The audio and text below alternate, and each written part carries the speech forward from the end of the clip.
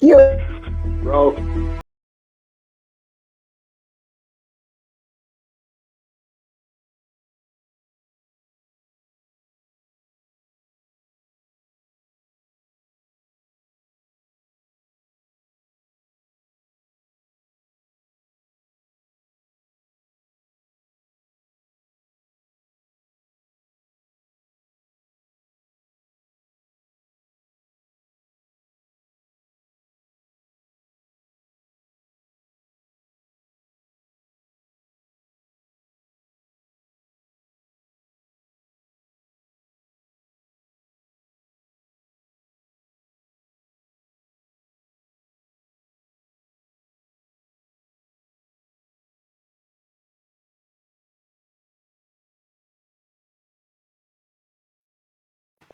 Well, happy Sunday, everybody. Happy Sunday, everybody. What y'all got going on? I hope it's us.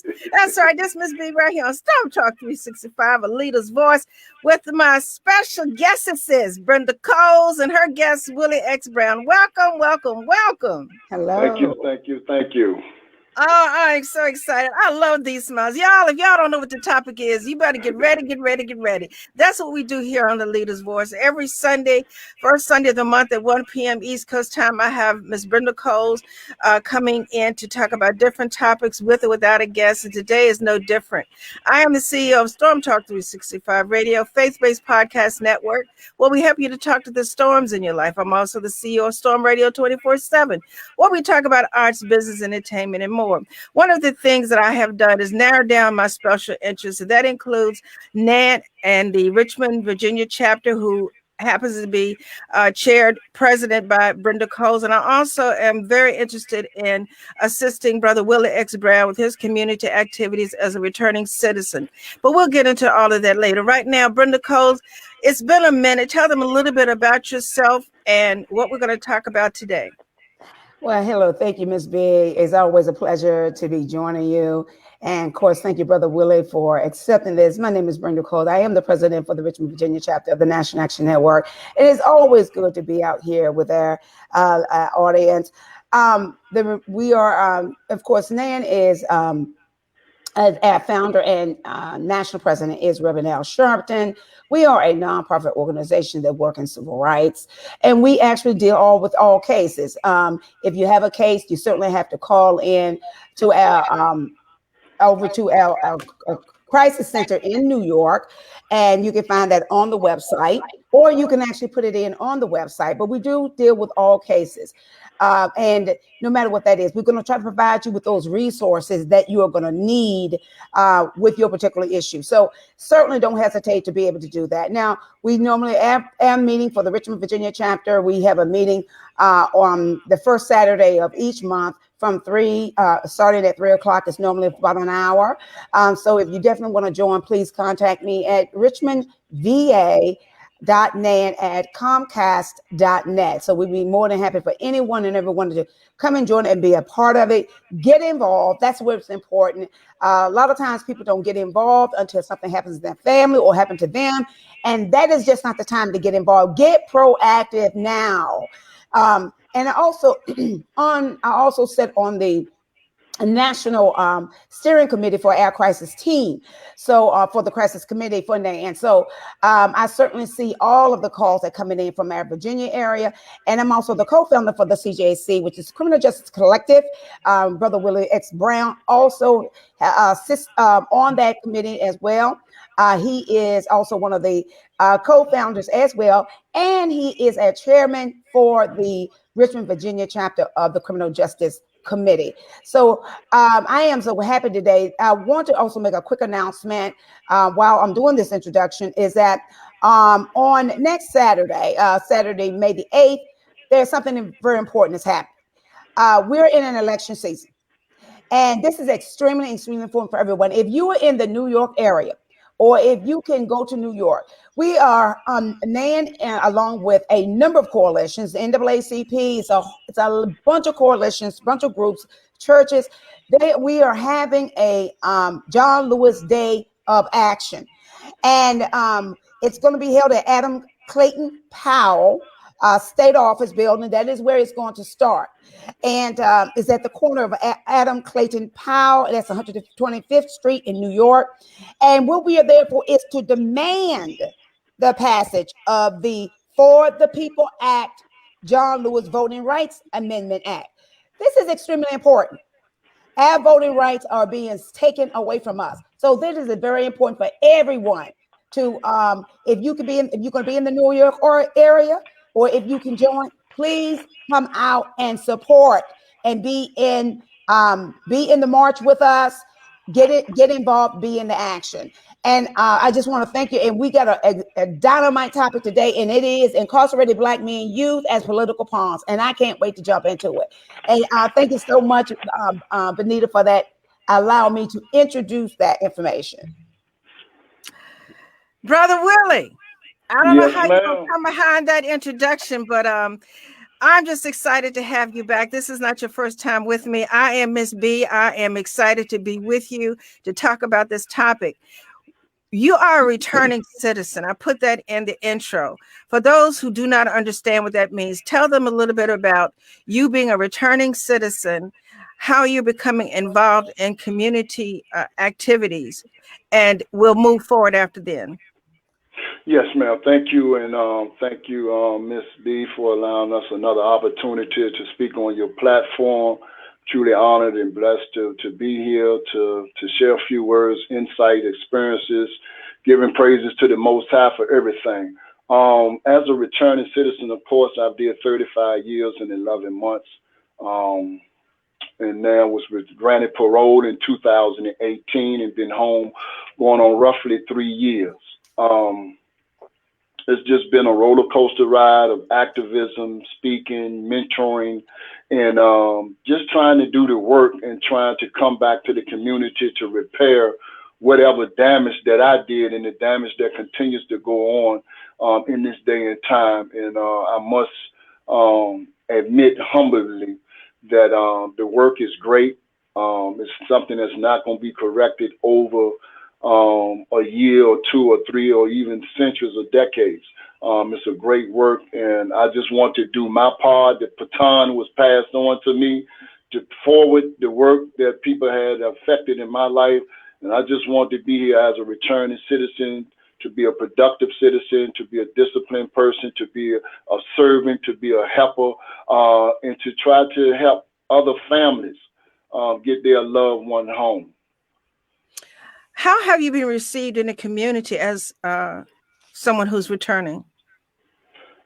Very well, because it seems like many of the brothers that I did, I served time with, they are home. A lot of them are in the community. I'm very passionate about being a hands-on person, actually going into community where, you know, it's a lot of violence. That's where I want to find myself at. A lot of the younger brothers who managed to come home while still young know a lot of the brothers that's remain in the communities. I know a lot of the brothers that remain in the community. So with the work that I did in the prison, they know me for doing that. So I'm just continuing the process that I started many years ago. And I met a lot of them yesterday at another event called A Better Day Than Yesterday by Letitia Gordon, and just ran into brothers that I did time with at various institutions, and they're back in the community.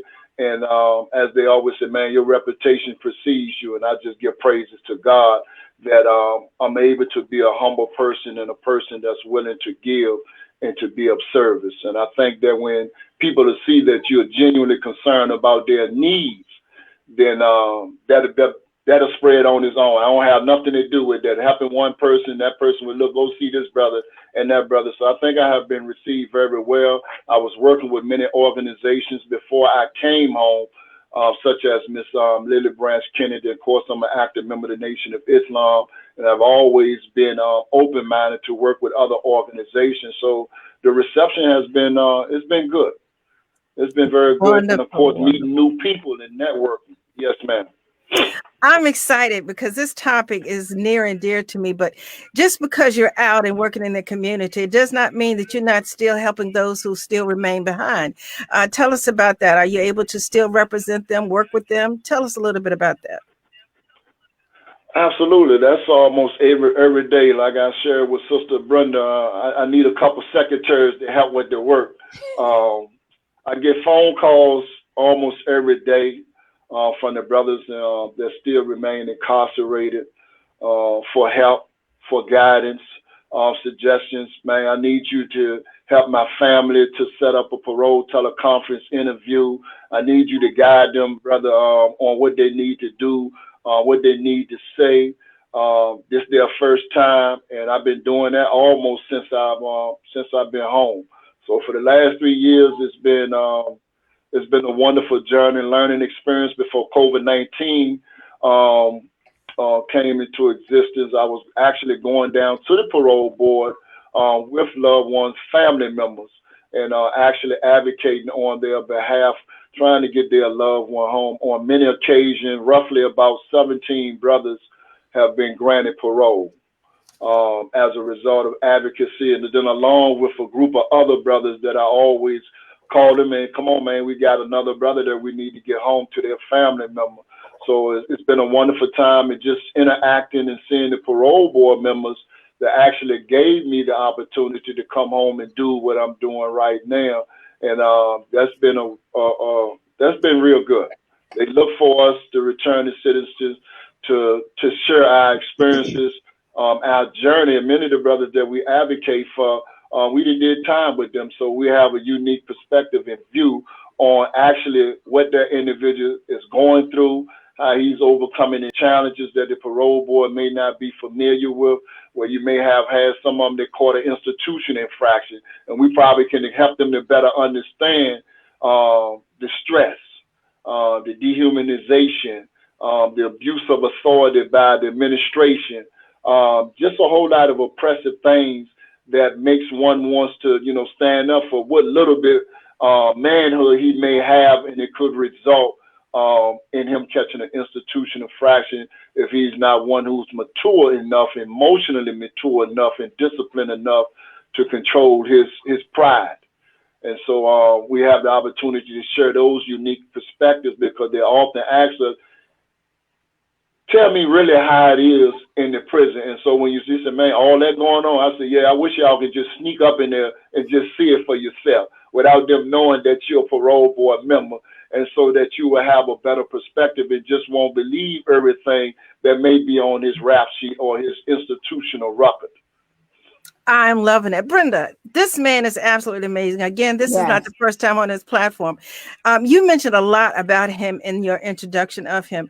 Let's move, as we move into the topic, tell us a little bit about how he became involved with NAN and how you chose him to be in his prospective position at NAN. I met Brother Willie approximately about 2.5 years ago. It was shortly after he actually came out. Elijah, my son, was invited to an event, and a number of the brothers, returning citizens, they was out speaking to the youth in the community about their experiences incarcerated and why, and talking to them about and encouraging them that is not the path for you. That is not the road you want to take. And they were out there making sure that these young people had someone that they can come to and talk to. And that was people like Brother Willie. Elijah then wanted to interview Brother Willie and was 8 other returning citizens. And they actually, and I was so impressed with these brothers until I actually invited them to my home for an interview with Elijah when Elijah was on with Karen Hunter, the podcast network, The Hub, at that time. And they came in and did an interview with Elijah. I learned so much at that point, and the first time in my life, about the prison system and the operations of what goes on the inside. Listen to different perspectives from 8 different people. It was mind blowing to me. Brother Willie and I have kept in touch with all of the brothers, and they are a part of NAN. I reach out to them. And Brother Willie was one specifically, and it wasn't just Brother Willie, but Brother Willie was one specifically. But if the thirst of knowledge, of wanting to understand more, I took a group of them to Washington, D.C. with me to the Capitol under NAN, with NAN had their legislation education or legislation to demonstration to legislation conference every year. And you have a lot of the legislators there, senators and House of Representatives speakers. They all went with me. And I put them all up in a hotel. We rode the train. It was the first time they ever went into the Capitol. It was the funniest thing because they were wearing all this jewelry and getting beat and had to go back through. It was the funniest thing ever. But we had the greatest time. And for them to be in that space, and I remember seeing their faces saying, I never thought that we'll get here. Just being able to walk into the Capitol and be surrounded by the senators and the House of Representatives in that space. So, and after that, relationships, I love forming relationships. And with Brother Willie, as just what you just heard, eloquently heard, there was no doubt that I needed this person as a part of our team, not just as a member, but as a part of our team because of his knowledge. He has taught me so much because I said to Brother Willie one day, I said, when it comes to the families, because I get so many calls that families need help for their loved ones that's incarcerated. I don't know what to tell them. Brother Willie helped me. The other brothers helped me to help those families. So see, this is why people like Brother Willie, and this is why this topic is so important today, because for our brothers to be used in the manner in which they are by our political leaders. And you got people like Brother Willie that is such an asset, a major asset to this community, to our children, okay, to the police departments, to some of these laws that people are drawing up. Brother Willie and the other brothers, and there's so many Brother Willies out there. Let's be very clear. There are so many Brother Willies out there that that this is what we need in order for this our communities, for our communities and our state and our nation to be a better place to live. So I'm proud. I am so proud that Brother Willie is probably about, I think 5 years younger than me, but I call him my son because I am so proud of him like he is my son. Absolutely. I love that. Well, y'all are my daughter and my son. I'm sorry. I'm going to be grinning the whole time and nodding and bobbing because I know what I want the people to hear from you all. And they have got a better perspective of Brother Willie. And it's not about what he did, it's what he's doing now. So, That's right. Brenda, you created a special part in NAN just for this, and you put him in charge of it. Tell the listeners, if they're not familiar with that, what do you hope to accomplish with this special segment in NAN? Well, Brother Willie is the chairman for the Criminal Justice Committee. So any cases that come through NAN and the CJC, so because it's sort of interconnected, because we are the co-founders, along with Brother Pate out of New York and Bernadette Lark out of Roanoke, Virginia, we are actually the co-founders. So it's sort of interconnected. And any cases that come through us with brothers or sisters that are incarcerated, it's going to go through Brother, specifically in Virginia, because we are the only chapter. It's definitely going to go through, it's going to go through our chairman, which is Brother Willie X Brown. So I created that because no one better can talk to our family members or just like our brothers and sisters that are incarcerated. And we got Winter, and let me not forget our sister Winter Giovanni, our wonderful sister Winter, work with our women. So we got Brother Willie working with our men. We got Sister Winter Giovanni working with our women. There is no better place for these two people to be because of their life experiences behind bars and their understanding what the families are going through outside. Love that. This topic, Brother Willie, that's right. My son, Yes, my mentor, Brother Yes, Willie. ma'am. Let's get to this topic. Look here, right? You know, I've got corrections experience as a nurse, prisons, jails, camps, all of that. So none of this is new to me. But I want you now to take this time to share with the audience your concerns, and if possible, give us some situations that you personally have seen or been involved in about any situations concerning people being used as political pawns. When Sister Brenda, when I read the topic itself, I said, "Whoa, that's a good one." And as I was looking at, as a pawn is a piece that's on a chessboard, and I like to look at life and the world in which we live in as the chessboard or the game of life. And and the pawn is the smallest pieces or the smallest size of the piece on the board, and it has the smallest value.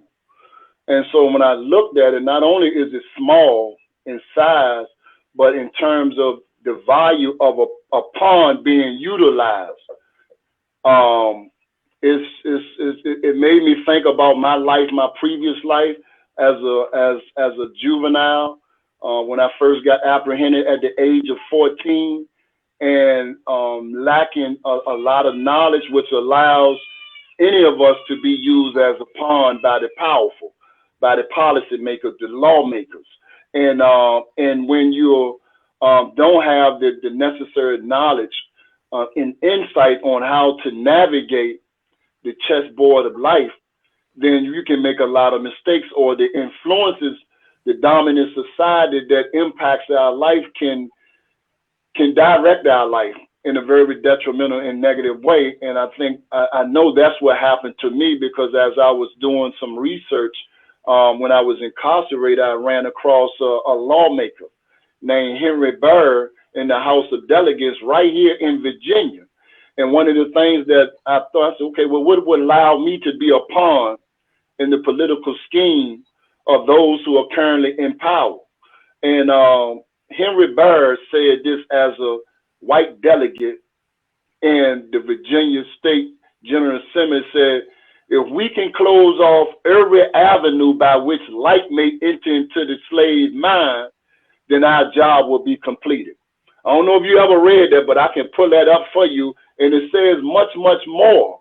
And so when you talk about the political dynamics, the evil, the wickedness of politics, as we are being used right now in the news media, with the implicit biases that's coming from them, highlighting one of my brothers that mentored me when I was in incarceration, that's Brother Vincent Martin.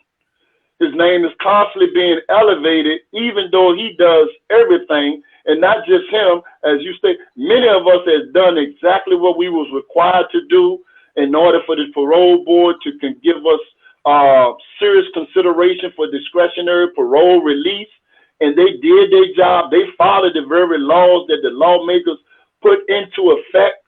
And now that they are actually doing the job, now there's a problem that some wrongdoing has been committed by them, when the wrongdoing, you should point the finger at yourself for making the laws where we still have an eligibility to come home. With Vincent Martin, the man did 41 years. I was made to do 35 years, turned down 21 times, and I knew within myself, but because of politics, I should have been released 10 years ago. And so when politics was in there, when Governor Allen was in there, and certain other governors and lawmakers was in there, when it was being ran by the Republicans, they was putting the implicit bias or the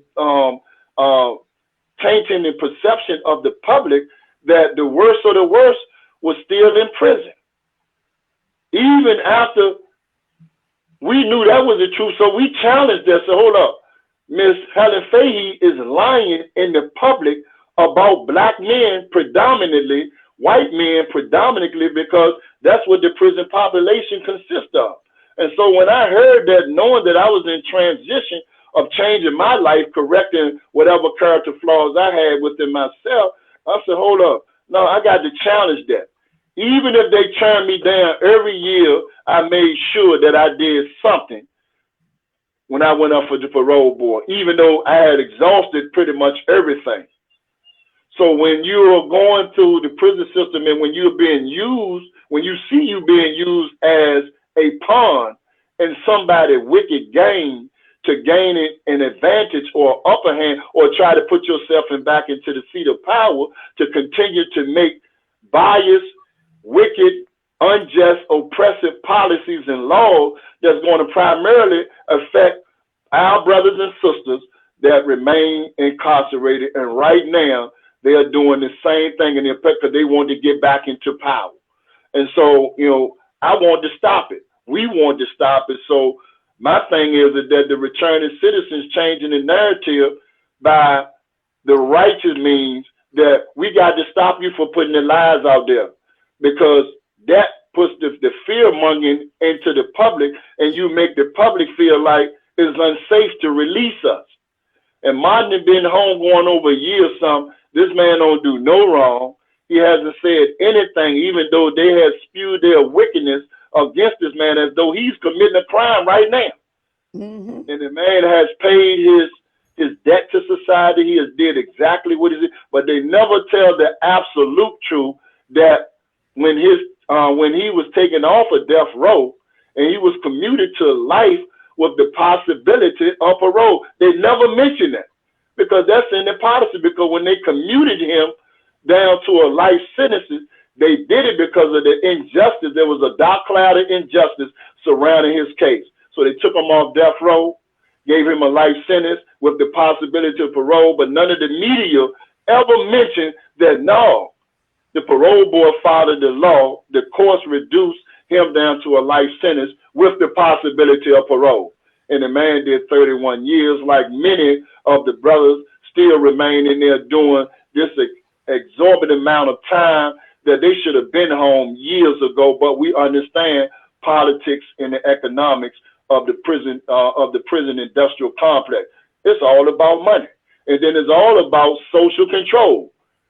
Let's control this population of people. Let us have control of them while they're on a stationary plantation. And so I don't want to, you know, minimize it. No, our brothers and sisters, in spite of their condition, in spite of their mishaps and their stumbles and blunders, this was already pre-planned before we even came into existence. And that's why I mentioned Henry Barr, who was a former delegate in the House of the House of the General Assembly here in Virginia. And when you have, and he talking to the rest of the lawmakers, he's saying he ain't saying I. He said we have did everything in our power to close off every avenue by which light or knowledge may be entered into the black slaves, the minority, the oppressed. And when you have people that's deliberately and willfully scheming to deprive you of knowledge, something that is your birthright, they want you to continue to remain in ignorance, man, they're the evil one, not the person that makes the mistake itself. And I remember Dr. King saying, what's this French philosopher said that if a soul is left in darkness, sin will be committed. The person that committed the sin is not the guilty one. The person who created the darkness that the sin was committed in is the guilty one. And so when I heard Henry Barr made that statement, I'm like, wow. And these are political people that's in power, affecting and damaging a whole people and a whole community. And so, you know, I say they're the dangerous one. Stop putting the false narrative out there like we don't have that we are really dangerous by nature. No, it's not like that, sister. And I know a lot of good people that's in prison that just want to come home, realize the mistake that they made, and they want to come out and do the same thing that we are doing right now in our communities. Brenda, before I come to you for your remarks, we're going to take a short break. Okay.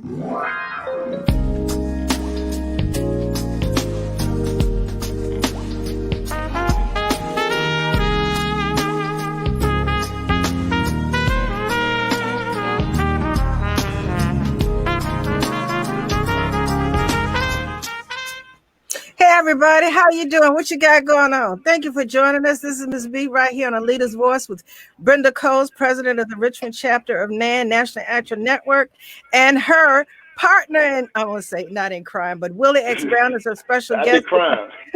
No, there's special guests talking about how people are being used as political pawns that are incarcerated behind the walls. But what you just saw was a short clip, a promo of me, Ms.B, positively Ms.B, right there on the Preach the Word Network, where I can be heard every Friday morning, 9 a.m. East Coast time.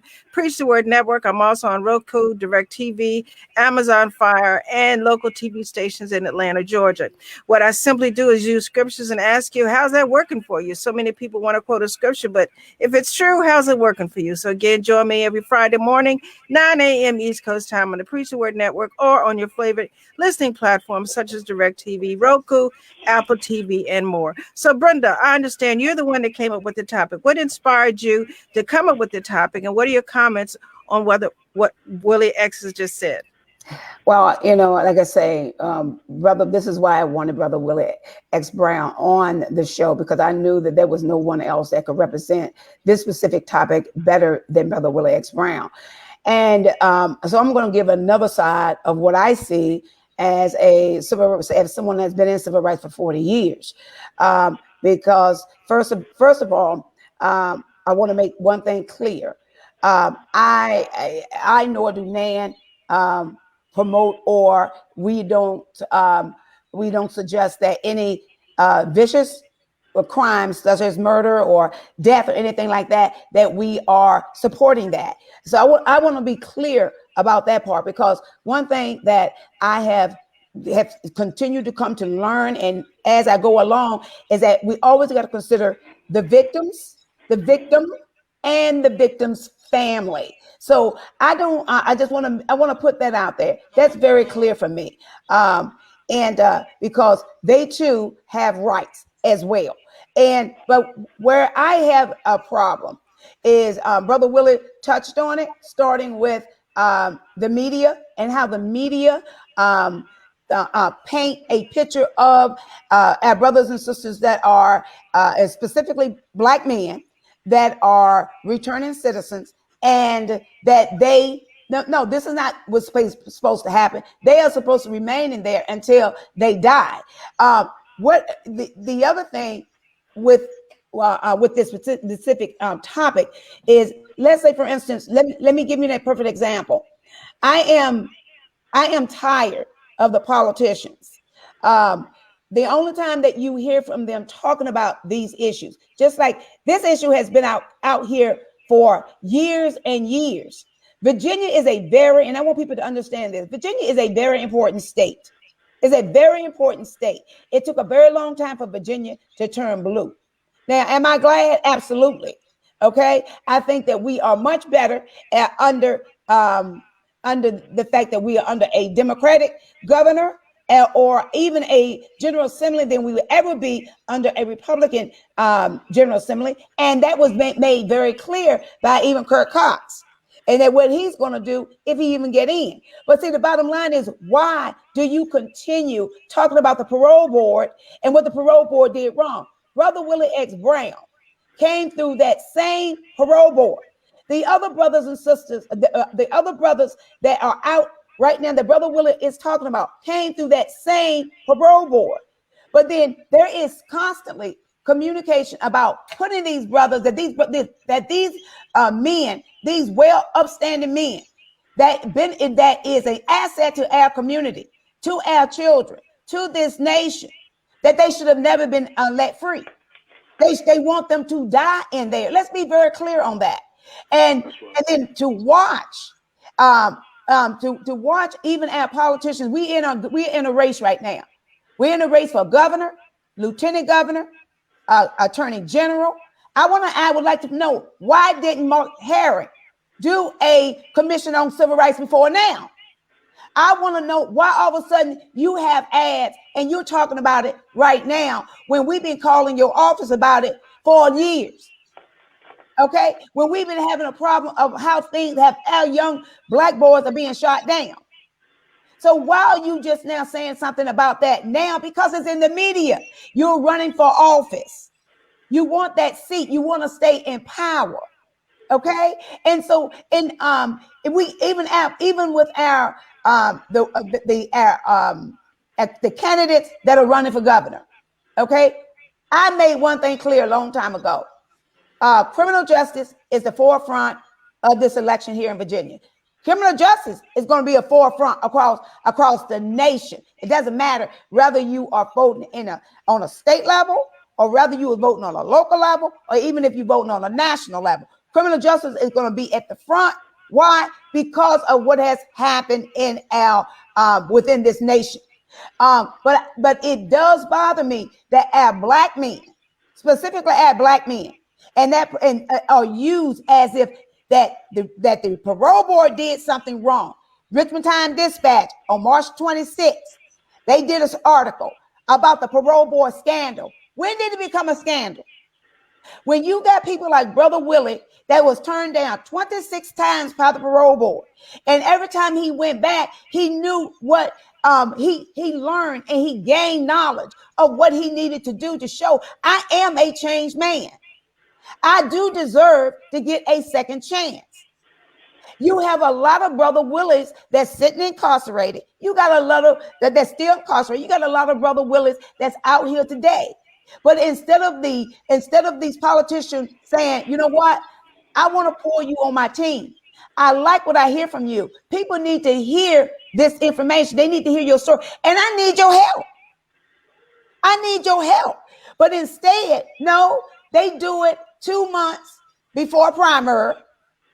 They do it, and then they want to stick you in an ad. That's what they want to do. Or they want to tout what they've done. Well, what did you really do? Did you do anything at all? What knowledge have you had? How much have you been on the ground? We got young people right now. So many young people in our communities right now. They right now they're looking at a lot of jail time. Where were these politicians before that? When the community leaders were saying, "I need help." These are people that's right now running as a governor. Now I want to applaud Sam Razul for doing a Zoom with us, and Benita, you was a wonderful host, absolutely. And Brother Willie was on that panel. Delegate Razul was so at this point. Even though I've reached out to several others, Delegate Razul, and they did respond. The timing just wasn't correct, but I'm not gonna say they didn't respond. The couple of others that I reached out to, they did respond. But Delegate Razul made time, and he listened, and he took every question that Ms. Benita that you threw out at him, because he was willing to learn. He was willing to listen to what is actually going on with our family members, because we got a lot of families that are being affected. And then we have our politicians that are, all they do is use our brothers and sisters as a pawn, like they are a chess piece. Brother Vincent Martin had been made a poster child. That's all he has been made. And then what they're now doing, and let's be very clear, that March 26th article by the Richmond Times-Dispatch is pulling in anybody else that came through that parole board, but they're using Brother Martin as that poster child to pull everybody else back into the fact that the parole board is, if there's a scandal within the parole board. Now, when Governor Northam and Moran approached the SIG office, OSIG office, regarding the investigation, well, why wasn't that done before now?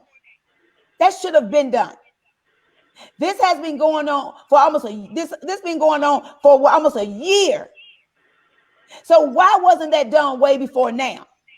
No, it's done when it's convenient for it to appear as if you have done so much, or you are doing so much for those that came through that parole board. That parole board did exactly what it was designed to do.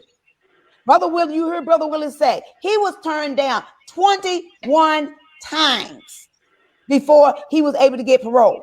He did everything that he was supposed to do. We got a lot of brothers, and I have to say sisters. I would know I specifically mentioned men, but I'm going to say sisters as well, that are doing exactly what it is they are supposed to do, so they can feel as if they're going to be able to come home to their families. And so, but when it comes to, and I'm hoping that whoever gets in that governor seat, which got one of the most important jobs, and that is selecting that parole board. Of course, I am certainly hoping that will be a Democrat. But whoever get in that seat and have to select that parole board, I hope that what I'm saying, and my issue is, don't just talk, don't just say what it is that you're going to do, get it done. And not only that, but look out for people like, and stop using our brothers. Stop putting them on your ass. If you're not going to do the job when you get that power back. It's all about power. But these are lives.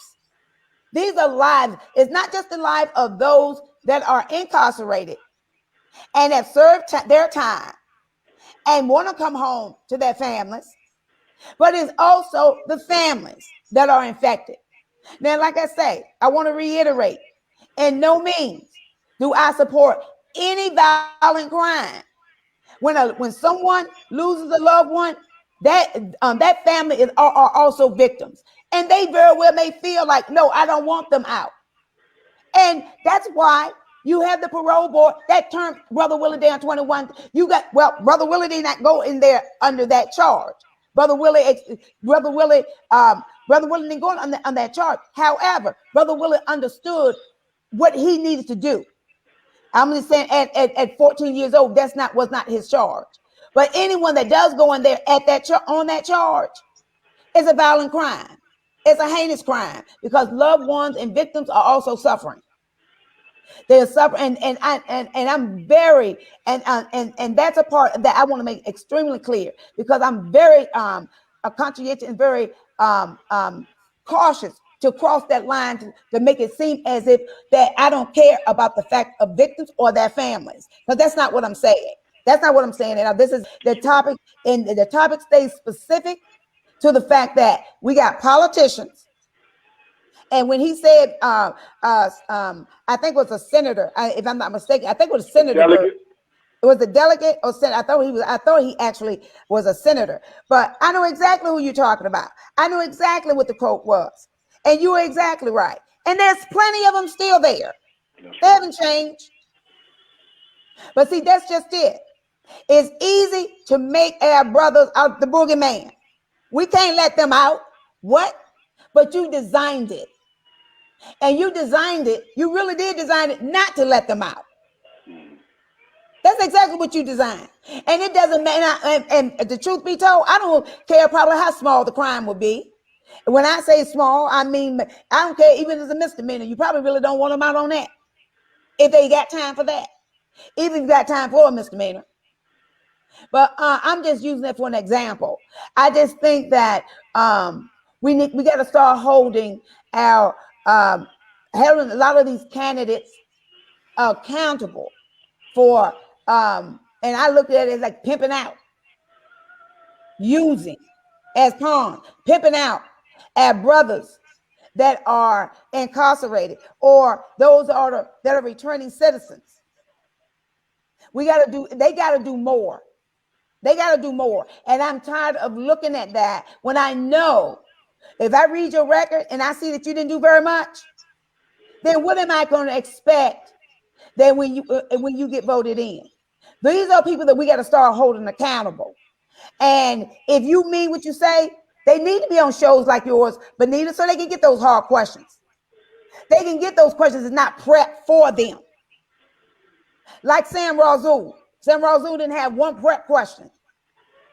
And so, and like I say, as a lieutenant, and he's running for lieutenant governor, not one prep question. So, and I was glad to see a fresh politician like that. I've been working in politics for over 40 years, probably closer to 50. And like I say, and I'm proud of that because I love politics. But I am so tired of seeing our brothers used in this manner. I am so tired that the Republicans use the parole board as their excuse. And let me be very clear. It's an excuse to say that they did something scandalous. Well, the scandal is that too many black men are getting let out. That's the scandal for them. We're going to stop that. We don't want you to be letting them out. We're going to stop that. And that's the real scandal. And that's what nobody's talking about. Right. What did they do wrong? What did the parole board do wrong? Nothing. They did exactly what they were supposed to do. But the scandal is too many black men were let out. And they are still being let out. But I want to ask Brother Willie something. Brother Willie, we got Miss Lily Branch Kennedy. Actually, she weighing in right now. And I see where she's writing on the screen. And Benita, you put it up. But with Miss Lily Branch Kennedy, a lot of people don't know she was on with Sam Razul. And she is we call her the fishback lady with the fishback bill. So, Brother Willie, could you explain regarding that fishback bill, which is extremely important, and Sister Lily Branch Kennedy do not get the credit that she deserved regarding what she wrote as a citizen, and the hard time that she had with politicians like Donna McKeachin that would not sign it, get on board at first until Jennifer McCullough got it first, and then he want to jump on board. Let's be very clear. But Lily Branch Kennedy, and when you hear people or these candidates talk about the fishback bill, they need to start giving Lily Branch Kennedy the credit that she deserved for being the one that got out there and wrote and got that passed. To help the brothers to come up for parole. So talk a little bit about that, Brother Willie, because I have yet to hear them mention Lily Branch Kennedy's name. Yes, ma'am. Thank you. And thank you, Ms. K, for the reminder when parole was abolished in 1995. The current parole board is servicing those who was already incarcerated before 95, which makes all of them before 95 eligible for parole release. With Ms. K, I learned of the fishback while I was still incarcerated, and the fishback was the case where the judge was not allowed to instruct the parole, not the parole, but the jurors, that parole had been abolished in Virginia. And when I learned, I said, well, why would some policymakers restrict the judge from informing the jurors that there was no longer parole in the state of Virginia? And I thought about that. Well, how can they make a sound and accurate decision on how much time that they was going to give that person? And when they found out that it had been constitutionally wrong for the judge to be stranglehold like that, they changed the law and said, no, you can't do that. You must inform the juror that parole had been abolished. That was critical to them making a sound and a just decision. And so when it was changed, so now we have a lot of the fishback incarcerated that are, their parole is being reinstated now. And so now they have a parole eligibility date. Matter of fact, I got to do one interview for a guy that called me today that got a hearing tomorrow who was up under the fishback and his parole was reinstated. And Eddie Purnell. So I just finished speaking to him, and I'm glad that, and he's a guy, he don't have any intentions of coming home doing no wrong whatsoever. He did everything that he needed to do. So kudos, great respect to Ms. K and her organization and those brothers and sisters that was fighting with her for 8 whole years to get that law passed. 8 years. Never gave up, never wavered. And they was a small group, but they was fired up, and they was gonna do everything in their power to get this bill acknowledged and passed, and it passed through. And so now we have our brothers and our sisters being carried back up for parole eligibility, and we know that they will eventually be released. Some have been turned down, and but they got the opportunity. It's some daylight, and so unjust law was corrected, it was a constitutional violation. And I'm like, how would you, the lawmakers, knowingly that it was a constitutional violation, go ahead and pass it anyway to restrict or to blind the jurors of an important knowledge or information that they needed? And so a lot of them came back and did interview. There are 500 that's eligible right now. Thank you, Ms. K. And the jurors came back and stated in articles to the reporter, said, had I known that, I wouldn't have gave them those incarcerated brothers and sisters that much time, because you had individuals that they might have would have died up in there had not Ms. K and the resource information help for the disadvantaged stayed on it, seeing the injustice in it. And so Richard Fishback, a Caucasian, was the first one that had his eligibility restored and released, and is at home right now. And so, you know, major respect. And I saw that fight is the current fight that we're dealing right now, that they're trying to blind the population to the real truth and the reality of what's going on, all because behind politics. Like Brenda said, they want to get back in power. It took the Democrats almost 21 years to get into power and got both houses. The Republicans do not like that. And so they feel that, no, we got to find a way. We got to use, like Malcolm said, we use any means necessary to get back in power. And even if it goes to the extent of lying on people, putting propaganda out there on people, demonizing black men and black women in a whole community, in a whole nation, whatever we can do to position and to guide public opinion, to make the public feel like, man, you're not safe if the parole board keep on releasing these dangerous people. And I heard Kirk Cox say that, and I'm like, that got to be challenged. Man, are you talking about me? Because I'm one of them that was released. So are you saying that I need to go back into prison too, that the parole board need to be relinquished, that you highlight Miss Adrian Bennett, as if though she did committed a major crime? And this woman did exactly what she was supposed to do. And many of the people that she released out there had these violent offenses when we caught them at a young age. We were juvenile when we made our mistakes. And now that we are home, you can't classify me as a dangerous. I am dangerous if you consider me being dangerous, doing good against a status quo that don't want me to go. You want me to continue to perpetuate criminality. So now that I reversed my thinking, I have been enlightened, and now I represent a threat to you. I am dangerous if I got the truth in my mouth and I'm speaking against a false and a wicked system. So in that sense, in that context, yeah, I'd rather be dangerous with the truth of God and fight in the way of justice, freedom, justice, and equality against a wicked system and people that's in position of authority, that's destroying the whole people, that's destroying generations, and doing everything in their power to keep the light of truth from us. And so, yeah, in that sense there, I guess he would be right. Yes, ma'am. I'm excited. I know we're going to hear more about this topic, but before we go, we have about 7 minutes left.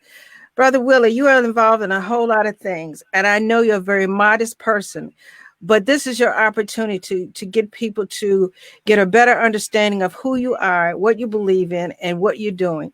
You have a clothing line coming out. You have a lot of things going on. Tell them about your accomplishments and what other organizations are you involved in? Of course, NAN, Nation of Islam, of course, Ms. K organization, Sanity that's being ran by Paul Taylor. I think it's the New Majority. Met a brother yesterday. Any organization that's really about doing the right thing for the community, if their principles, if their organization principles are rooted in freedom, justice, and equality and truth, then I'm a part of that organization. If I find out that after being a part of the organization that they're really not about that, then I would, respectfully dismiss myself from that organization, because I know that the real work is in our community. I know that the real power lies in our community. And this is why policymakers do everything in their power to keep us down. They don't want intelligent, disciplined, spiritually enlightened black men in our community that can reverse these unjust policies that's wreaking havoc on our communities. They don't want more Brother Willies to come home. Even sisters like Sister Giovanni, these sisters to come home and to have the credibility that we have when we go back home. They'll listen to us. And see, I think there's a certain level of envy and jealousy by those in that's in positions of power, police department, whoever they may be. And they see how the community responds better with that. We don't go in there with no guns and no tasers in there to go talk to our people. The only weapon that we go in there is with love, and they listen to us and they hear us out. But I don't just want to go in there and talk to our community. I want our people, our community, to be empowered to establish businesses in their community. And so if we're going to be the example, then when we go into our community, I don't want to pay lip service to them. We can't do that because they done heard a lot of that already before I even come home, and the condition has not changed. So the condition that our community find themselves in is a bearer witness against the policymakers. So how can you have all this now, you lawyers and everything, and you can't change that condition? Yes, ma'am. You still didn't tell us about your clothing line and your business. Well, I want to promote you more than just this. Okay, can we do that? Bordaline Unlimited, a line that I created when I was in this sports line. It's currently out. I'm in the process of getting more sports line produced. I have your workout suit for you soon, Miss Sister Brenda, and I have one for you too, Ms.B. Recently, I just I have my website. It's there. You can see some of my product. And doing my inventory over again. And it's something that I wanted to have when I came home. I always said, brother, make sure you have a plan when you come home, because the people will be there to assist you if you start initiating. Also, just registered my nonprofit organization called Divine Services. I did that the other day, got my E&I number, about to get my articles of incorporation, and about to do some transitional stuff. I want to do transitional houses and just continue to work with other communities. I didn't want to establish one because it's just so many nonprofits, but the brother encouraged me, my lawyer said, man, get you a nonprofit organization, and we're going to get everything done that you want to get done in helping our people. I want to see our people in power. I want to see businesses in our people. We want to get our young people and carry them through the necessary courses of training with those who are experts in their field, whether it be economics, politics, culture, science, technology, whatever the case may be. So I just wanted to continue in that path, and perhaps at another time I'll come on your show and give a little bit more comprehensive overview of actually what I'm trying to do.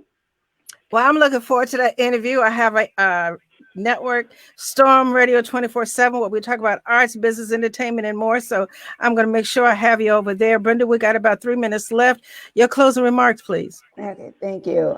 First of all, thank you, Ms. B. It's a pleasure to be with you.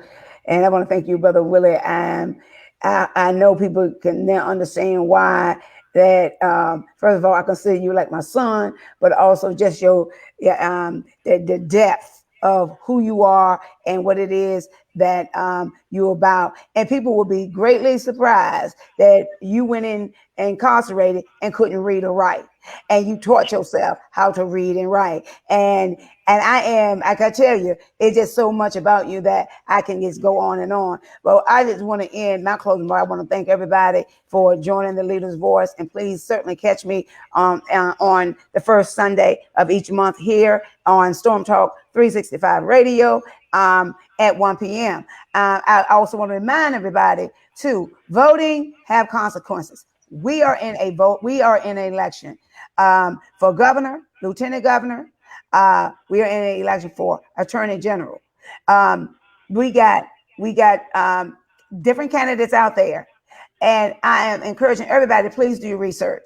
Please do your research before you go out and on the primaries on June 8th. Please do your research. Early voting has already started, but we certainly got to vote. We're not in the game if we're not voting. And just keep that in mind. We're not in the game if we're not voting. Don't decide you want to sit back, because First of all, voting starts on the local level. This is very important. It starts on a local level. And right now, we got to make sure that we are always there, not just sometime, but every single time.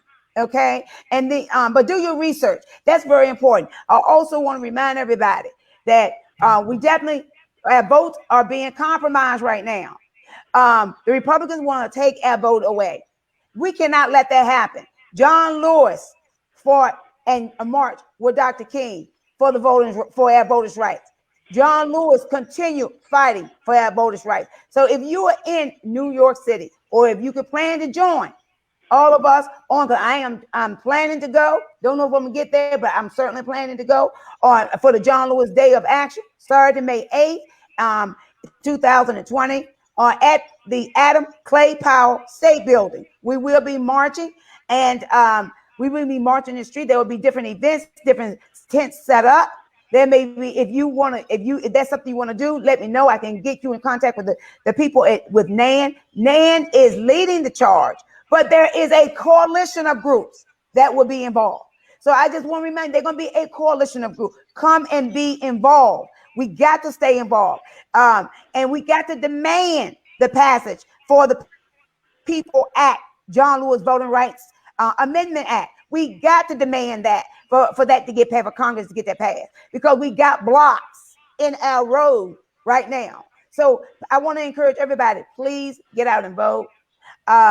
Please make sure that you stay engaged. Don't wait till something happens to your loved one and then you say, I don't know what to do.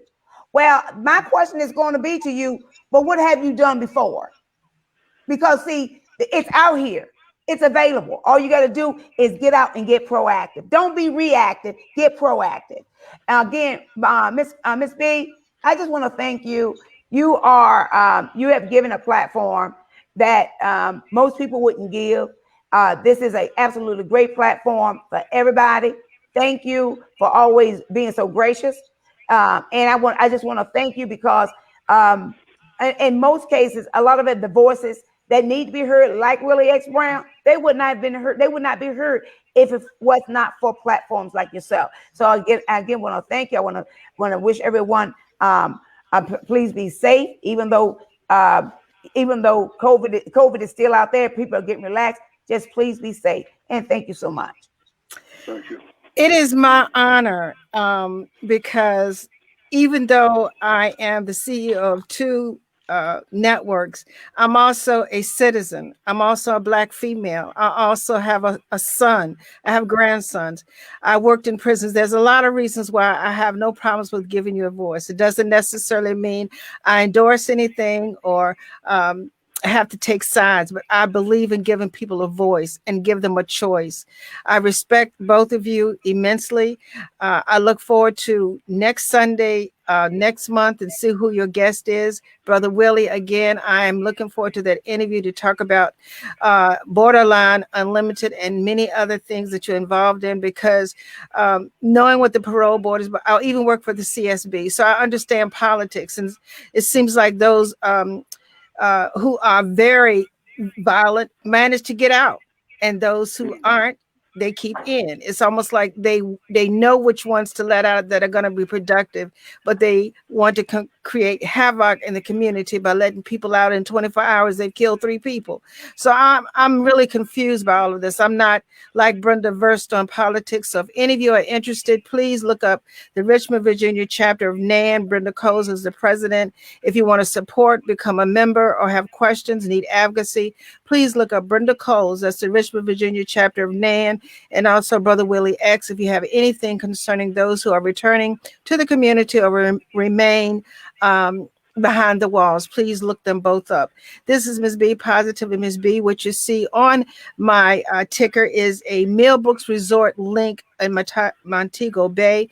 Richard Wright and I are partnering in a venture coming up soon. I've had to take a hiatus, but please look him up. He also has opportunities for you to go down and do interviews, to do short films, reality shows. The facility is on a huge acreage of land, and I'm excited to say that he is my friend and my partner. So if you want to go to Jamaica, look him up, Richard Wright personally, or the Millbrooks Resort in Montego Bay. All right, everybody, look forward to next Sunday, first Sunday of next month, with Brenda Coles and her exciting topic, exciting guest. And again, it is my honor and my pleasure to do a leader's voice. All right, everybody, you all have a blessed day. And again, I have to say this: live like you believe what you believe. If not, know what you believe. Study and apply. You're going to keep falling for anything. All right, everybody, have a blessed day.